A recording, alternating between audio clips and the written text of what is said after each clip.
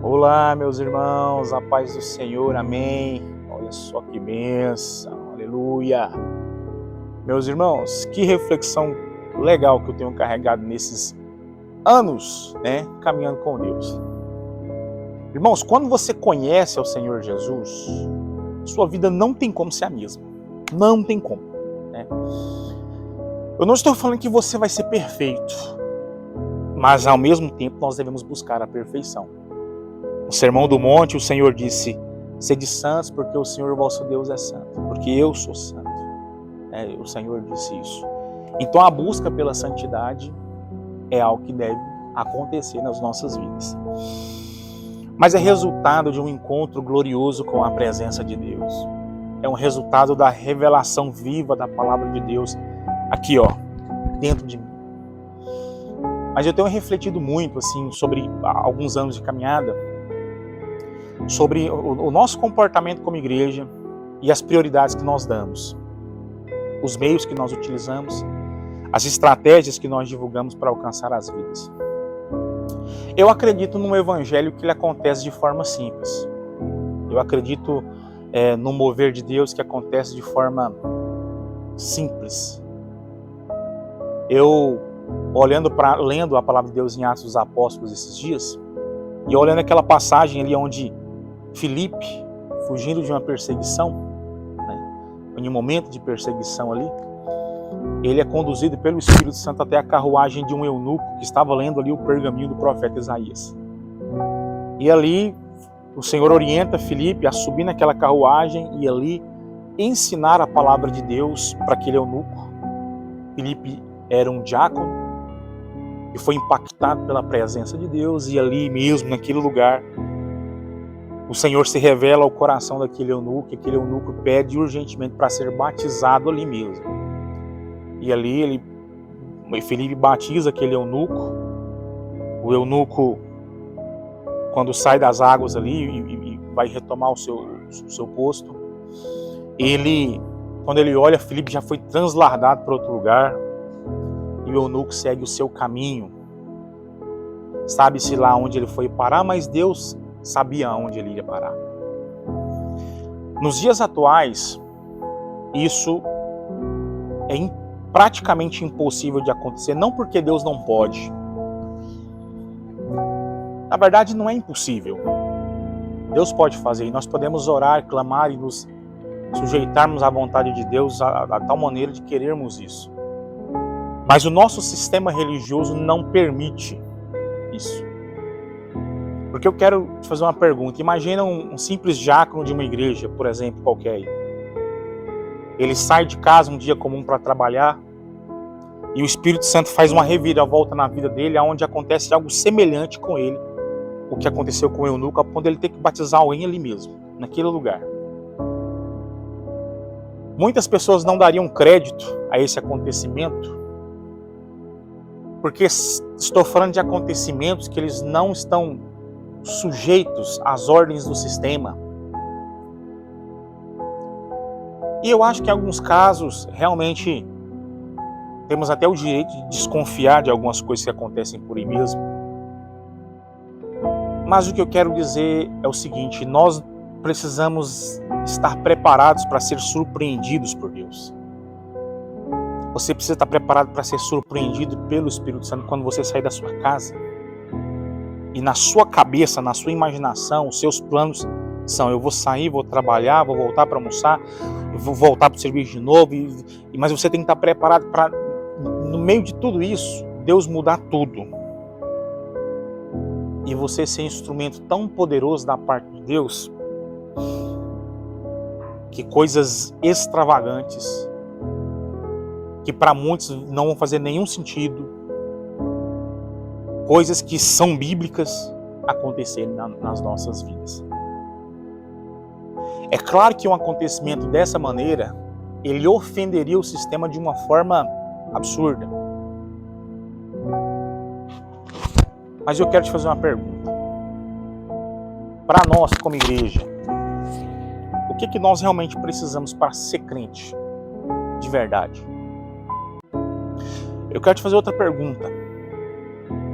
Se as nossas igrejas fossem viver apenas de oração, de jejum, de palavra e da comunhão, do partir do pão, como seria? Será que realmente as pessoas elas estão prontas para viver uma vida em comunidade de forma simples? Será que as pessoas estão prontas para viver o básico da fé? E assim então nós podemos desfrutar de grandes moveres sobrenaturais do Espírito? Tem muita coisa que não me encanta. Eu não me encanto com grandes conferências, grandes congressos. Eu não me encanto com igrejas superlotadas, embora as almas devem ser alcançadas, mas de forma geral isso não dá uma garantia de que o mover de Deus está ali. As maiores igrejas no Brasil hoje são as mais corruptas. São as mais corruptas. E você sabe disso.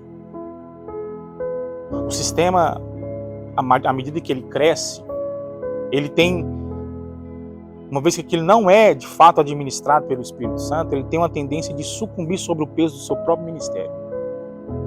Nós vimos ministérios que na mesma medida, na mesma velocidade que decolaram, também naufragaram. E há uma razão para isso. Eles abandonaram, deixaram ou talvez nem sequer experimentaram a vida simples em comunidade. Centralizando, talvez ali a autoridade eclesiástica na figura de uma única pessoa. Nós levantamos ídolos, celebridades, pastores que são celebridades e assim por diante.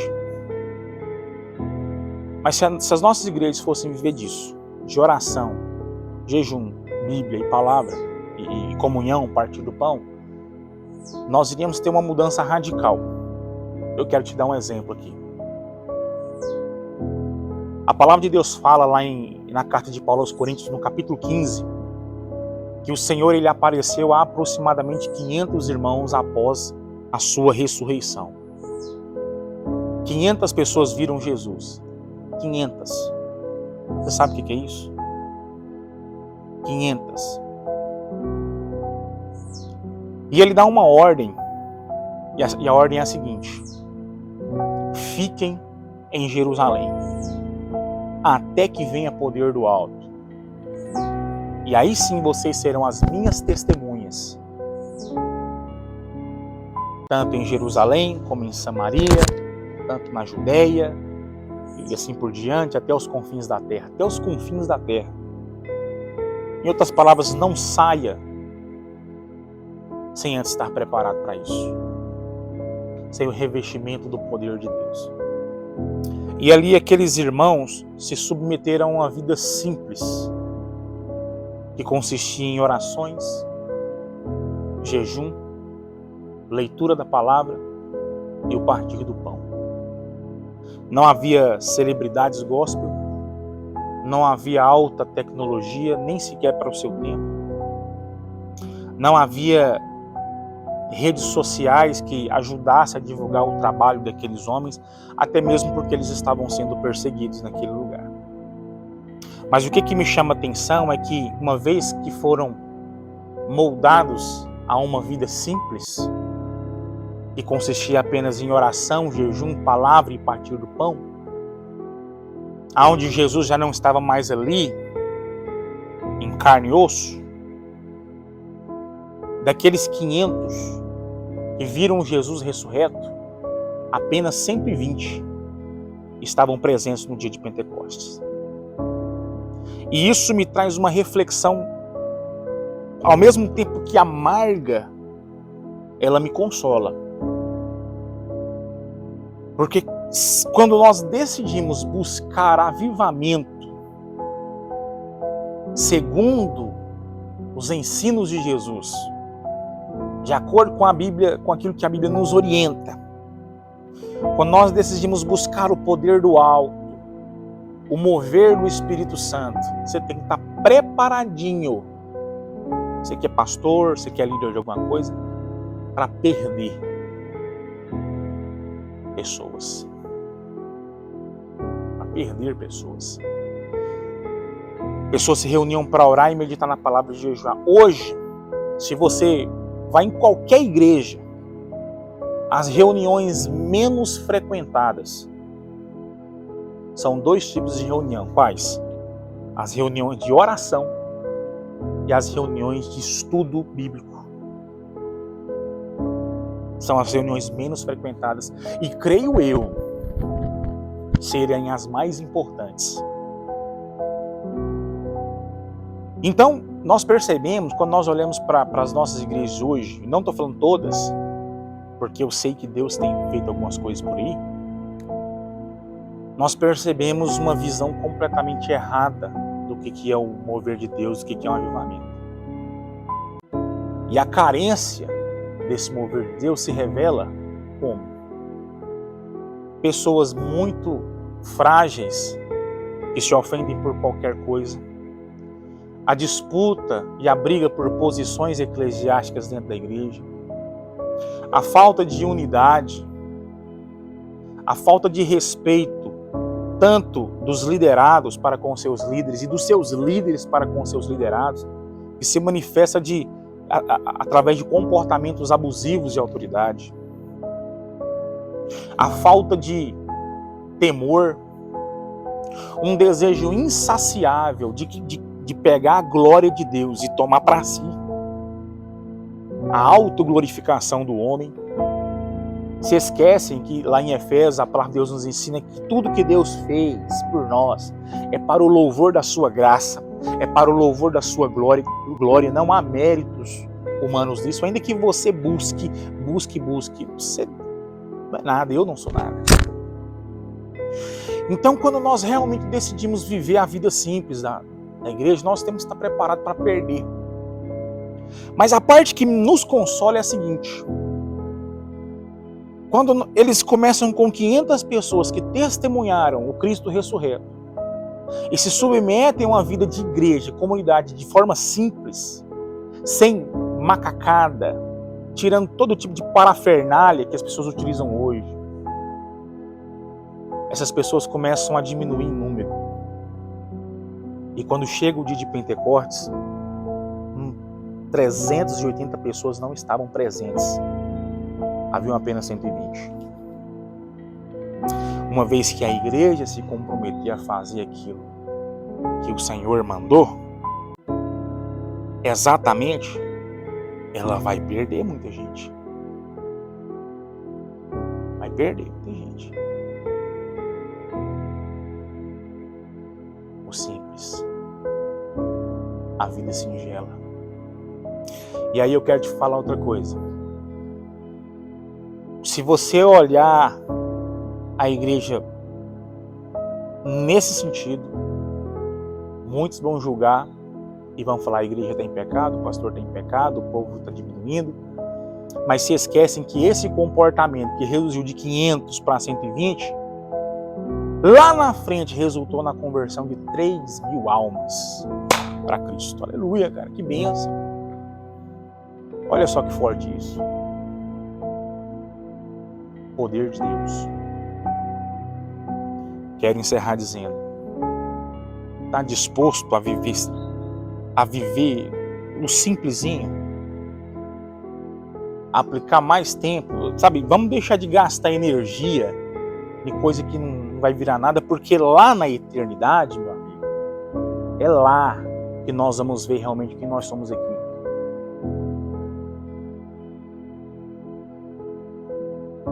Fé, evangelho, graça, mover de Deus.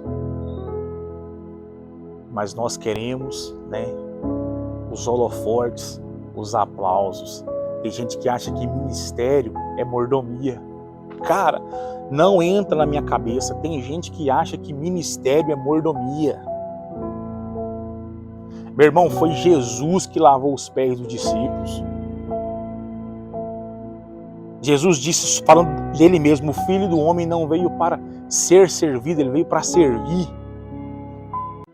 O apóstolo Paulo, ao se referir a ele, aos apóstolos e aos que são enviados, ele fala: nós somos enviados. Ele fala dos crentes, como ovelhas no meio de lobo. Somos entregues à morte todos os dias. Sabe? A eternidade, ela tem muito mais valor do que tudo que é passageiro. E um dia todos nós estaremos diante do Senhor.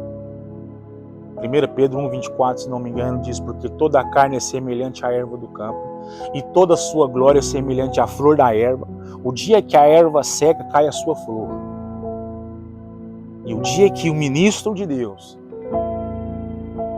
secar essa carne aqui, ó, tudo aquilo que não tem valor diante de Deus secará junto com Ele. Aonde você está aplicando as suas forças, meu amigo? Aonde você está aplicando sua energia? Que tal nós voltarmos ao simples? As orações, a meditação da palavra, ao partir do pão e ao jejum. Do que adianta? O camarada, ele passou de uma mega igreja, 5.000 pessoas, mas na hora do arroxo, ele olha, ele tem 4, 5 irmãos com ele. A hora que a coisa aperta, cadê esse povo? Que Deus nos abençoe, nos fortaleça, nos encha com o Espírito dele e vamos viver um evangelho com alegria, disposição e fé. Se você gostou, deixa o like, comenta. E se gostou mais ainda, se inscreva. Nós vamos ter mais vídeos aí, tá bom? E que Deus abençoe sua vida. Se você não gostou também, pode discutir. E comenta que você não gostou, tá bom? Faz parte. Amém? Um abração aí pra você. Deus abençoe você, sua família, todo mundo aí. Em nome de Jesus. Tchau, tchau.